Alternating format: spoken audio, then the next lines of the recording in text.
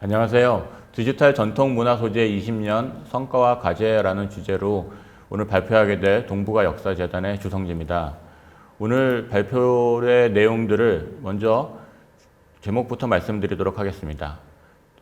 첫 번째는 우리나라의 디지털 시대가 어떻게 도래했는지와 또 한국사가 어떻게 정보화되기 시작했는지에 대해서 말씀을 드리고요. 두 번째는 이렇게 구축된 한국 역사 자료의 디지털 플랫폼에 대해서 말씀드리고자 합니다. 세 번째는 디지털 역사 자료를 이용한 한국사 연구가 어떻게 진척이 되었고 어떻게 성장이 되었는지를 말씀을 드리고요. 마지막으로는 이렇게 만들어진 역사 자료를 통해서 민간들이 또 창작자들이 어떻게 활용이 되어 왔고 그 활용의 결과에 따라서 앞으로 나아갈 방향에 대해서 그 과제라고 하는 측면에서 말씀을 드리고자 합니다. 첫 번째로 말씀드릴 것은 우리나라의 디지털 시대가 어떻게 도래했고 그에 따라서 역사 정보화가 어떻게 진행됐는지에 대해서 말씀을 드리고자 합니다. 우리나라의 정보화 사업이 시작된 것의 원년을 따지자면 1987년으로 볼 수가 있을 것 같습니다.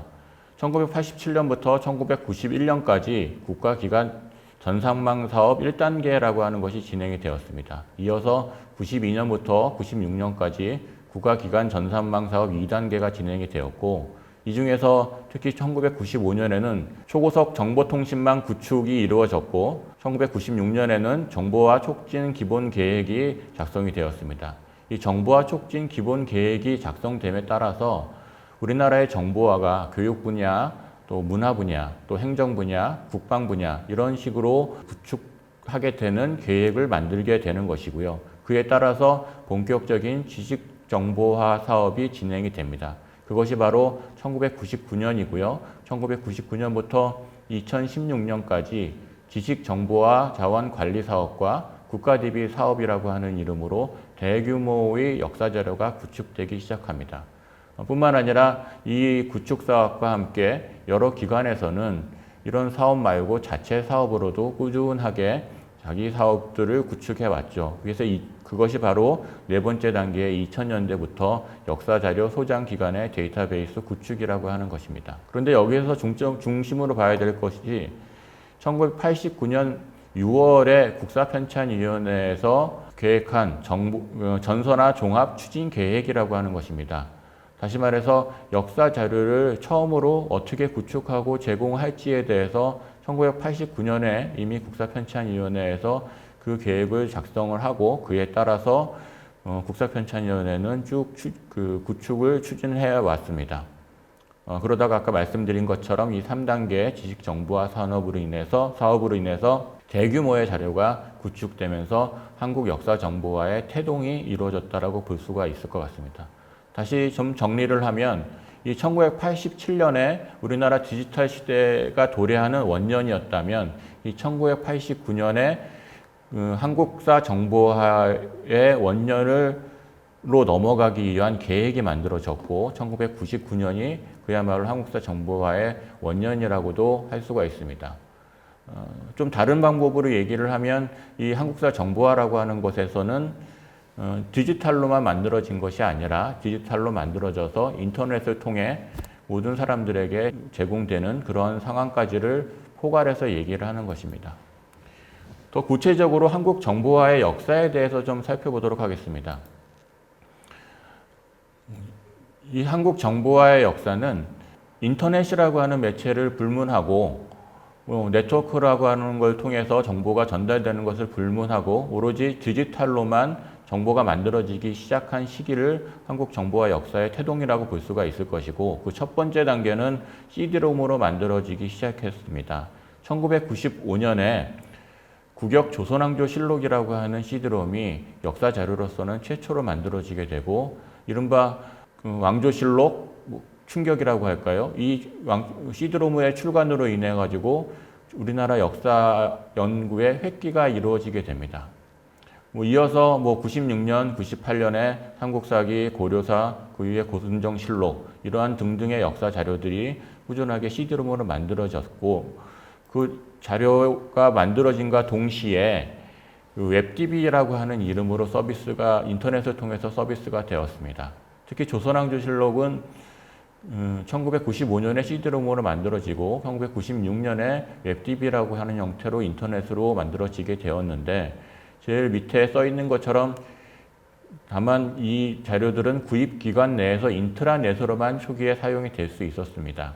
그러다가 지금은 대외 개방을 해서 로그인하면 그 내용들을 살펴볼 수가 있게 되었는데 이러한 제한성 때문에 일반 대중이 이 자료들을 직접 열람하기는 그리 쉬운 것은 아니었습니다.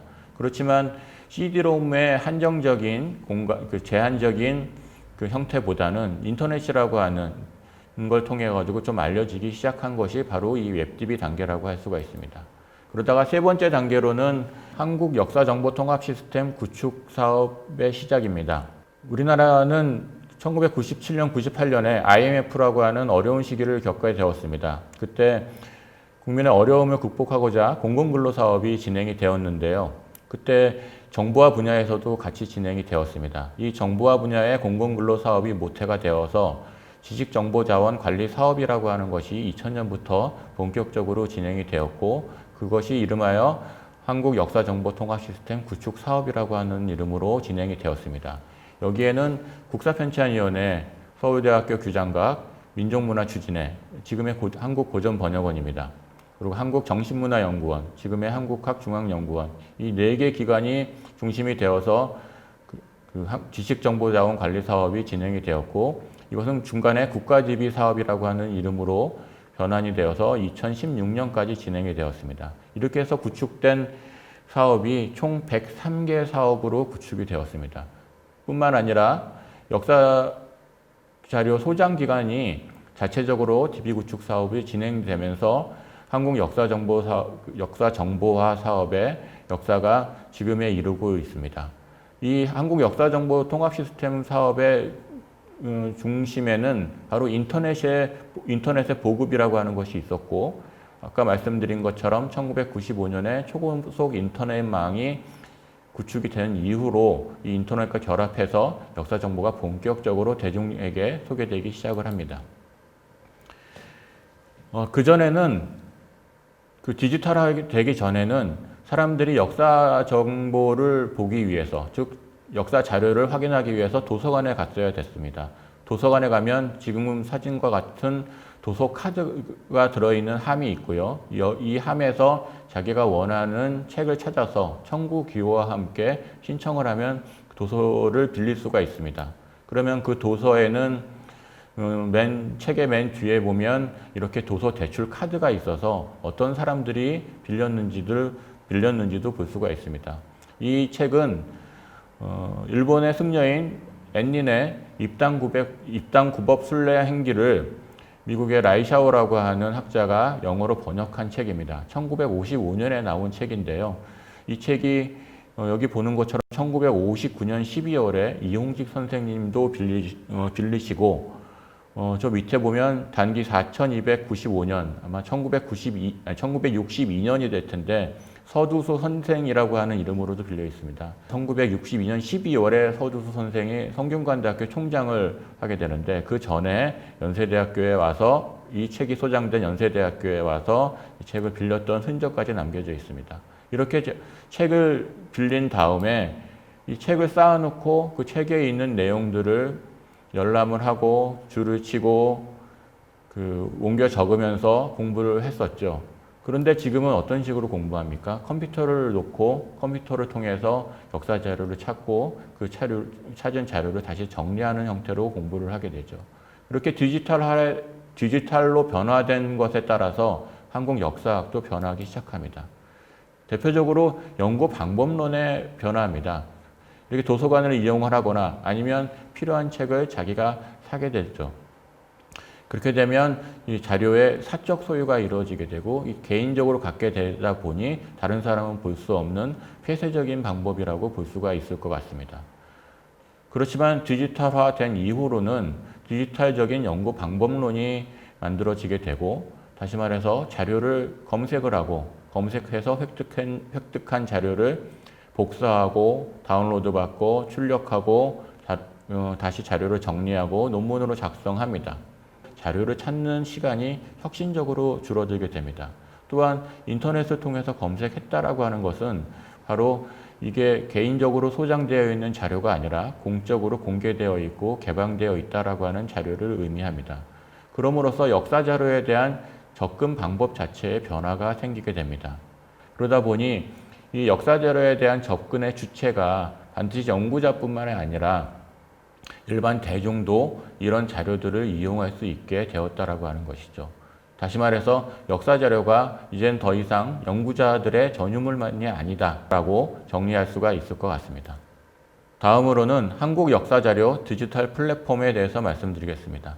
디지털 플랫폼이라고 이름 붙인 것은 역사 자료가 디지털화돼서 이용이 되고 있고 이 디지털화된 자료에 누구라도 와서 그 자료를 이용해서 새로운 콘텐츠를 만들 수 있기 때문에 그것을 플랫폼이라고 하는 개념으로 정리를 했습니다. 아까 말씀드린 것처럼 지식정보자원 관리 사업으로 인해서 1999년, 2000년부터 대규모로 자료가 만들어지게 되면서 한국 고대사로부터 근현대에 이르기까지 수많은 자료들이 디지털로 만들어졌습니다.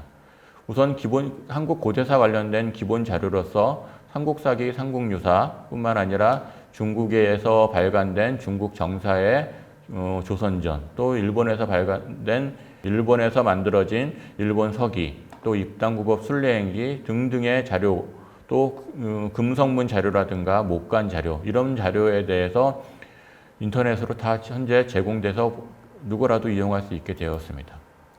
고려 시대에 관련된 디지털 역사 자료도 마찬가지입니다. 기본 자료라고 할 수 있는 고려사와 고려사 저료, 또 중국 송나라에서 만들어진 고려 도경을 비롯해서 고려와 발해의 관련된 기록들, 또 고려 시대의 묘지명, 이런 기본 자료부터 시작을 해서 고려 시대에 개인이 작성한 문집 자료, 또 고려 시대의 주요한 종교였던 불교에 관련된 자료들이 인터넷을 통해서 제공이 되고 있습니다.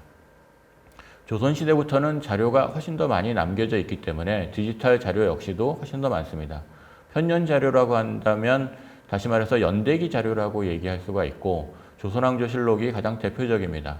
동시대 중국이 명나라와 청나라였는데 명청의 실록도 국사편찬위원회를 통해서 제공되고 있습니다.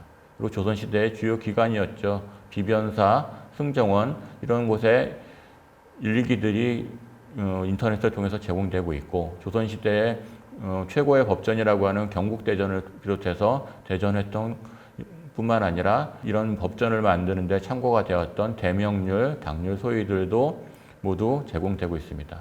또 한중 간의, 또 한일 간의 외교 관계를 기록하고 있는 책들도 인터넷을 통해서 제공하고 있고 역사책이라든가 개인이 만든 문집들도 인터넷을 통해서 제공됩니다. 뿐만 아니라 책이 아닌 문서들도 경상우도 지역의 고문서, 영남 지역의 고문서, 호남 지역의 고문서 등으로 제공되고 있습니다. 또 조선시대의 지리 현황을 볼 수 있는 지도라든가 지리지 자료들도 제공되고 있고 또 의궤 자료도 제공되고 있습니다. 의궤 자료는 사진이 없었던 조선시대의 풍물을 알 수 있는 또 그 그림으로 알 수 있는 중요한 자료입니다. 또 의궤 자료뿐만 아니라 조선시대 인물 또 그 족보에 관련된 자료들도 제공되고 있고 특히 한국 역대 인물 종합 정보 시스템이라든가 이런 자료를 이용하면 인물 사전처럼 자료를 찾을 수가 있습니다. 또 경학, 불교 자료들도 있고 오주 연문 장전 상고, 지봉유설, 정보 문헌 비고와 같은 백화전서들도 제공되고 있습니다. 근현대 자료는 마찬가지로 편년 자료부터 생각을 해볼 수가 있습니다. 근현대는 전근대와 좀 다르게 기본 자료라고 하는 정사나 실록 같은 것이 존재하고 있지는 않습니다. 다만 그런 자료로 볼 수 있는 것들이 국사편찬위원회에서 만들어진 자료들이 있습니다. 고종시대사라든가 임시정부 관련 자료, 그리고 일제침략과 한국 36년사, 자료 대한민국사 등등의 편년 자료들이 있고 공문서류는 아무래도 근대 기록이기 때문에 문서가 많이 남겨져 있습니다. 그래서 우리나라 문서 그리고 또 일본의 문서는 아시아 역사자료센터에 많이 기록이 되어 있고 일본 국회 속기록들에서도 우리나라 관련된 기록들을 확인할 수가 있습니다. 또 법원 도서관의 귀중본들, 구한말 민사 판결문 이러한 법령과 판결문 자료들도 있습니다. 또 외교 관련된 자료들도 소위 말하는 한말부터 그 한일회담까지 쭉 인터넷으로 제공하고 있습니다. 또 독립운동과 친일 관련된 자료들도 있습니다. 국내 항일운동 문서, 국외 항일운동 문서를 비롯해서 반민특위 조사 기록, 또 우리나라 국회에서도 정부 내 친일파 숙청에 관련된 건의 특별조사위원회 등 이른바 반민특위에 관련된 기록들도 제공되고 있습니다. 또 일본군 위안부 관련된 자료들도 여러 곳에서 확인이 되고 있습니다. 한편으로는 근현대에 들어오게 되면 우리나라에 주재했던 외국인들이 우리나라의 견물을 소개한 서양의 자료들이 있습니다. 그런 자료들이 우리나라 또 그 영국, 미국 등에 많이 소개되고 있습니다. 또 연속 간행물은 신문이라든가 관보, 잡지 이런 것들입니다.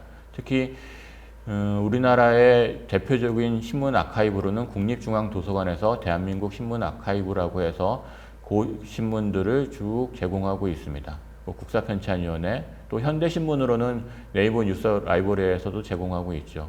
그뿐만 아니라 미국의 지방신문을 제공하고 있는 것도 있습니다. 사진자료에 대해서 소개를 드리면 근대의 기술 발달에 의해서 사진이라고 하는 매체가 만들어지게 됨으로 인해서 근현대에 한정돼서 사진자료가 나오게 됩니다. 그래서 그렇게 만들어진 사진자료가 대표적인 것이 조선총독부 박물관 유리건판이라고 하는 것이 있고, 또 미국의 특히 이제 USC라고 하는 곳에 근대 사진이라든가 재미 한국인 사진 자료가 제공이 되고 있습니다. 또 재팬 아카이브 같은 데서는 일본에 있는 사진 자료들을 소개하고 있는데 이 중에도 우리나라와 관련된 자료들이 제법 많이 있습니다. 그리고 근대 지도와 지리 관련된 자료들도 있고 근대의 인물에 관련된 자료들도 꽤 많이 제공되고 있습니다. 다음으로는 문화유산과 공구류에 관련된 자료들입니다.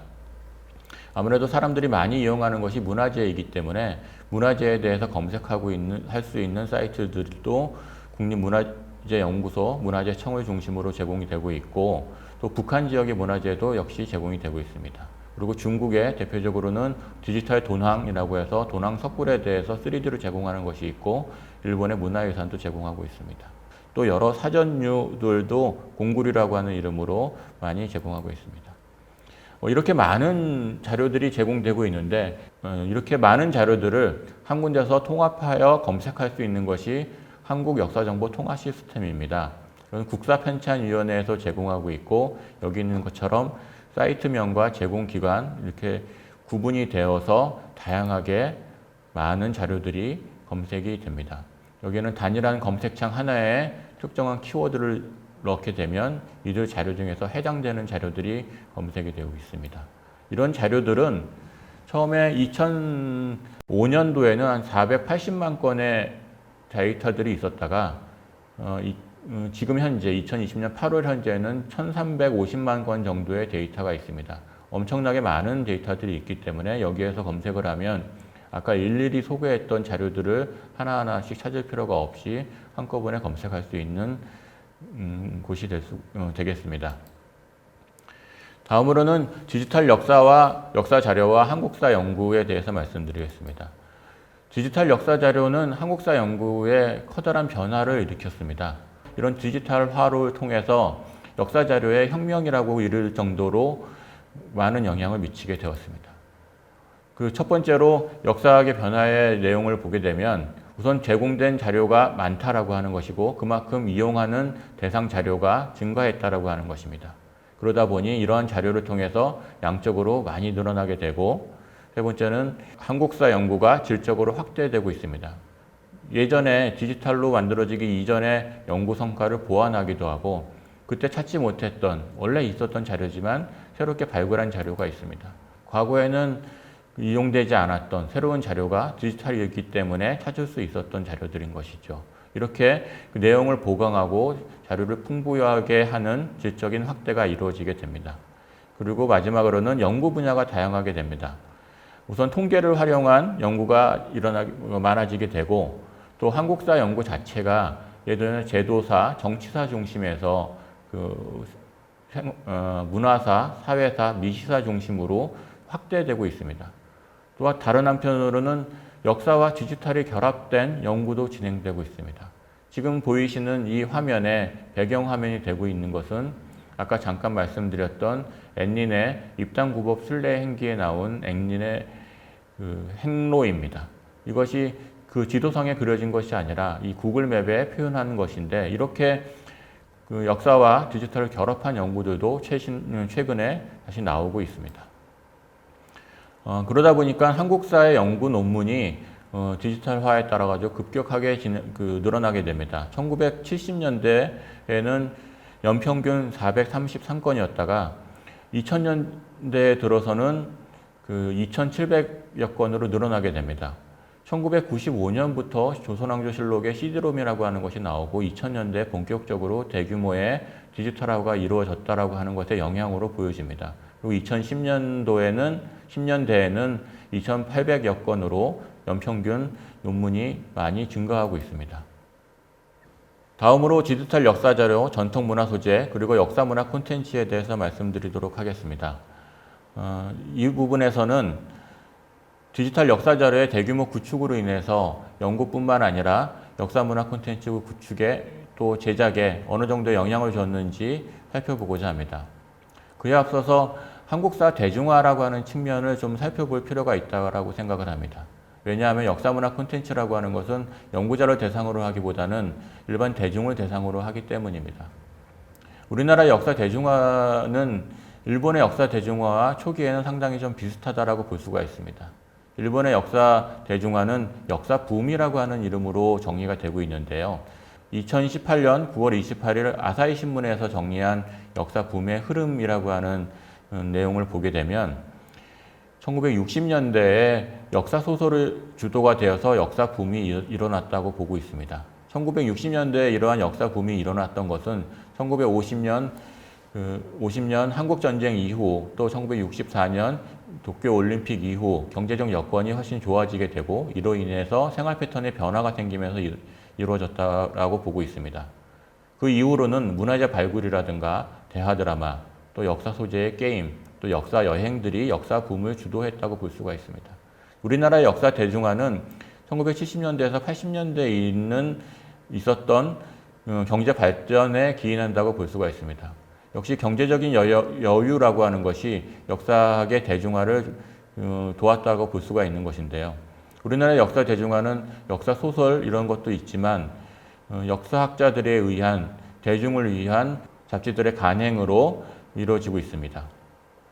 창작가 비평, 한국사 시민강좌, 역사 비평 등 무크운동이 그런 대표적인 예라 볼 수가 있을 것 같습니다. 그리고 1980년대 이후에는 역사 대중서, 또 사극, 다큐멘터리들이 주도를 하고 있고 1990년대에는 유홍준 선생이 쓴 나의 문화유산 답사기가 역사 대중화를 이끄는 데 가장 공헌을 했다고 볼 수가 있습니다. 그리고 영상 매체로서 역사 스페셜이라고 하는 다큐멘터리도 빼놓을 수 없는 역사 대중화의 중요한 역할이라고 볼 수가 있죠.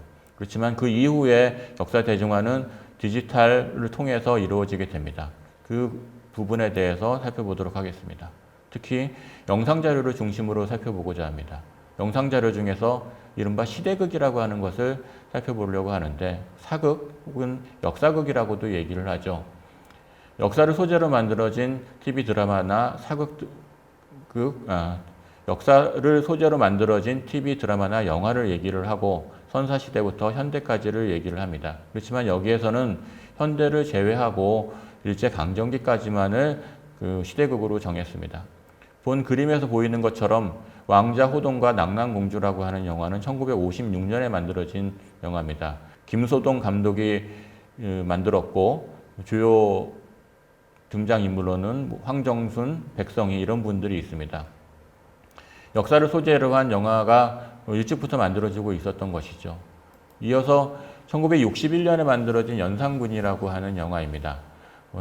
신상옥 감독이 만들었고 그림에서 보는 것처럼 신영균, 김진규 그리고 그런 신영균, 김진규와 같은 영화 배우들이 출연을 하게 되었습니다. 주로 연산군에 대한 일대기와 같은 일종의 전극에 가까운 그 역사 영화라고 볼 수가 있겠죠. 그렇지만 1980년대에 들어서면 1988년에 연산일기라고 하는 영화가 만들어지고 2005년에 왕의 남자라고 하는 동일한 연산군을 소재로 한 영화가 만들어지게 됩니다.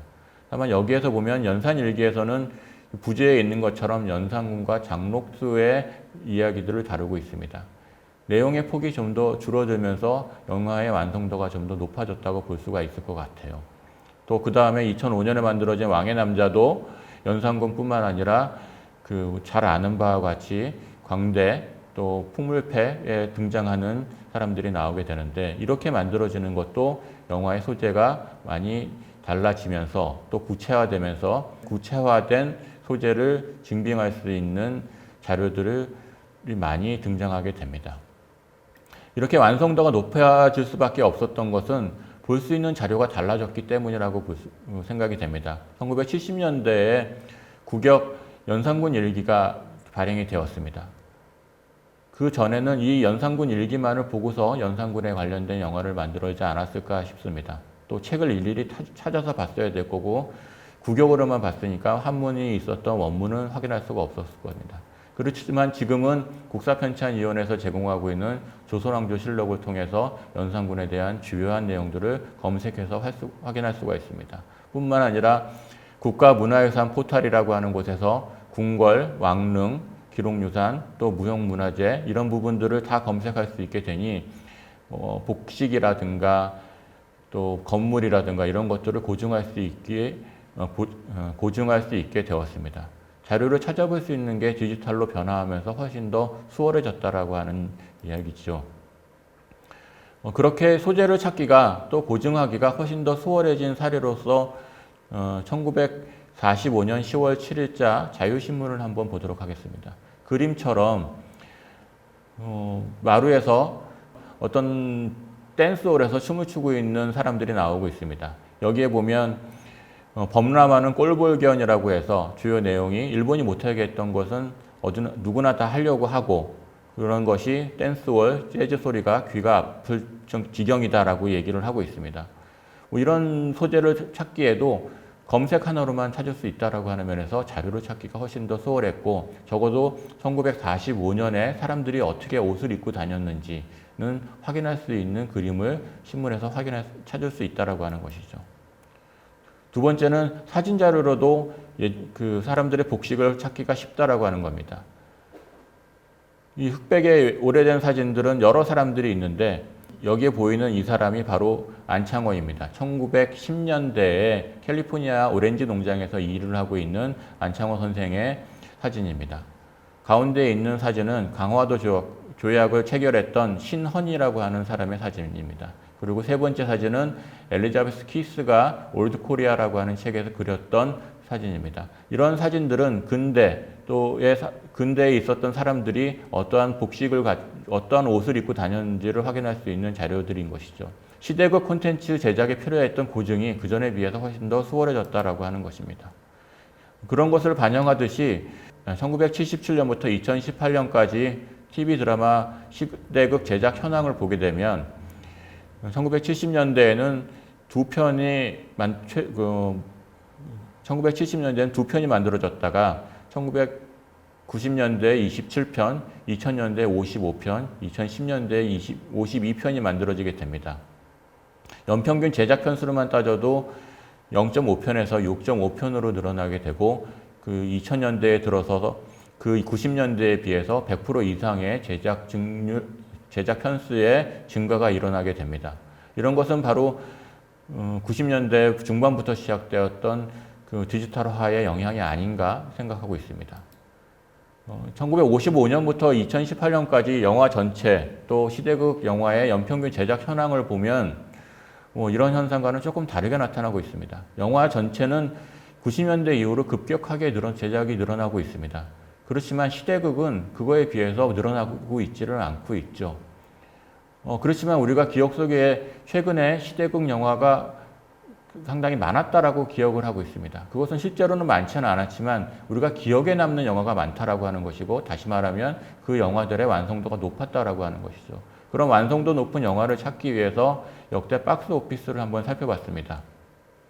기록이 있는 1971년부터 지금까지 전체를 다 동일선상에서 놓고 볼 수는 없었습니다. 서편제라고 하는 영화가 첫 번째 100만 관객을 돌파했기 때문에 1993년을 한 번 기점으로 하고, 실미도라고 하는 영화가 첫 번째로 1000만 관객을 돌파했기 때문에 2003년을 두 번째 기점으로 봤습니다. 이렇게 봤을 때 1기, 2기, 3기로 나눠서 봤을 때 박스오피스 100위 중에 시대극은 처음엔 12편, 그리고 2기에는 8편, 3기에는 22편의 영화가 있습니다. 특히 3기에 있는 22편의 영화 중에서는 명량이라고 하는 영화는 아직까지도 1등의 자리를 놓지 않고 있습니다. 이렇게 많은 영화들이, 많은 시대극 영화들이 우리 기억 속에 있었기 때문에 최근에 시대극 영화가 많다라고 생각하고 있는 것입니다. 이렇게 시대극 영화가 높은 순위에 오를 수 있었다라고 하는 것은 영화를 만든 완성도가 그만큼 높아졌다라고 저는 생각을 하고 있습니다. 그렇게 높아질 수 있었던 원인은 자료를 찾기가 수월해졌기 때문이라고 보고 있는 것이죠. 다시 말해서 디지털 전통문화 소재가 역사문화 콘텐츠를 만드는 데 주요한 기여를 했다라고 생각하고 있습니다. 그렇다면 디지털 전통문화 소재 구축의 20년은 어땠고 앞으로 20년은 어떻게 될 것인가에 대해서 간략하게 말씀드리고 마무리하도록 하겠습니다. 우리나라 디지털 역사자료의 특수성은 첫 번째, 국가 주도로 만들어졌습니다. 대체로 공공 부분에서 주도하고 있기 때문에 국가 예산이 투입되어서 만들어졌죠. 다시 얘기하면 국가 주도로 만들어졌다라고 하는 점은 지속성과 안정성을 확보하고 있다라고 하는 겁니다. 그리고 두 번째로는 자료의 신뢰도가 상당히 높다라고 하는 겁니다. 자료를 소장하고 있는 기관을 중심으로 가지고 있는 자료를 만들었기 때문에, 또 스캔하고 텍스트 정확도 99.9%의 품질을 갖고 있기 때문에 자료의 신뢰도가 상당히 높다라고 하는 것이고, 세 번째는 텍스트 중심이라고 하는 것입니다. 외국 데이터베이스가 이미지 데이터 중심에 대해서 우리나라는 텍스트 데이터를 중심으로 만들어지고 있습니다. 그리고 이 텍스트 데이터이기 때문에 검색의 효율이 상당히 높습니다. 그리고 텍스트로 만들어져서 그것을 복사해서 쓰기도 상당히 좋아서 활용 가치도 높다라고 하는 점이 이 5가지가 우리나라 역사 자료의 특수성이라고 볼 수가 있습니다. 전통문화 소재 앞으로 20년이라고 하는 부분에서는 우리 기관들이 연구자들을 위해서 또 대중을 위해서 어떻게 자료를 제공을 할까라고 하는 것을 고민해 봤습니다. 먼저 지금까지 구축되지 않은 모든 자료들을 디지털화 해야 될 것입니다. 이런 것은 자료가 확장된다라고 하는 의미에서 확장적이라고 하는 이름으로 정리할 수가 있을 것 같습니다. 이렇게 만들어진 디지털 역사 자료를 활용하는 방법에 대해서 교육하고 알리고 하는 측면도 있을 것입니다. 이런 방법은 활용적이라고 하는 말로 대변할 수 있을 것 같습니다. 그리고 이렇게 만들어진 디지털화된 자료들을 학제적으로 연구를 해야 될 필요가 있고, 그 결과를 개념화할 필요도 있을 것 같습니다. 그리고 디지털과 인문학의 융합 인재도 양성을 해서 그런 융합 인재가 양성됨으로 인해서 앞으로도 꾸준하게 디지털할 수 있는 지속성을 갖추어야 될 것입니다. 또 한편으로 대중을 위해서는 전통 문화 소재, 다시 말해서 한국사 자료가 어떻게 구성이 되어 있는지 지식 지도를 만들어서 개념화할 필요가 있을 것 같습니다. 지금 보는 이 사진은 1845년에 미국의 역사를 하나의 나무의 형태로 만들어진 지도입니다. 지금까지 앞으로 만들어질 디지털 자료, 전통 문화 소재를 이러한 누구라도 알기 쉽게 찾아갈 수 있는 지식 지도가 필요할 것이라고 생각이 됩니다. 뿐만 아니라 두 번째로는 대국민 서비스를 안정적으로 지속적으로 유지를 해야 될 것 같습니다. 자료 제공 또 데이터베이스 서비스가 끊기면 더 이상 디지털 자료를 이용할 수가 없기 때문에 이런 자료들을 지속적으로 안정화하는 것이 필요할 것 같습니다. 또 기술의 발달에 따른 여러 기술을 습득을 해서 그러한 기술들을 웹 서비스에 녹여내야 될 것 같습니다. 그것을 발전성과 편의성이라고 하는 개념으로 정리를 했습니다. 그리고 마지막으로는 제공자와 이용자 간의 네트워크를 강화해야 될 것 같습니다. 오늘 말씀드리는 것처럼 기관과 창작자들이 같이 모여서 얘기함으로 인해서 이 자료가 더 어떻게 대중을 위해서 활용될 수 있는지, 그런 연계성을 앞으로도 이 자료 제공 기관들이 고민해야 될 게 아닌가 생각이 됩니다. 지금까지 한 말들을 좀 정리를 하면, 디지털화 되기 전에 아날로그 자료는 시간, 공간, 또 다중의 제한이 있었다라고 할 수가 있습니다. 그렇지만 디지털 자료는 이러한 제한 자체가 모두 해방되었다라고 생각할 수 있습니다. 그래서 찾기에 편하고 사용하기에 수월한 자료입니다.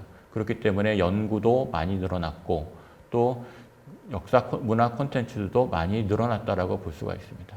그렇지만 여기서 좀 신경을 쓰고 신중하게 생각해야 되는 것은 사용할 때 이 자료가 맞는지 틀리는지 반드시 확인하고 해야 될 것 같습니다.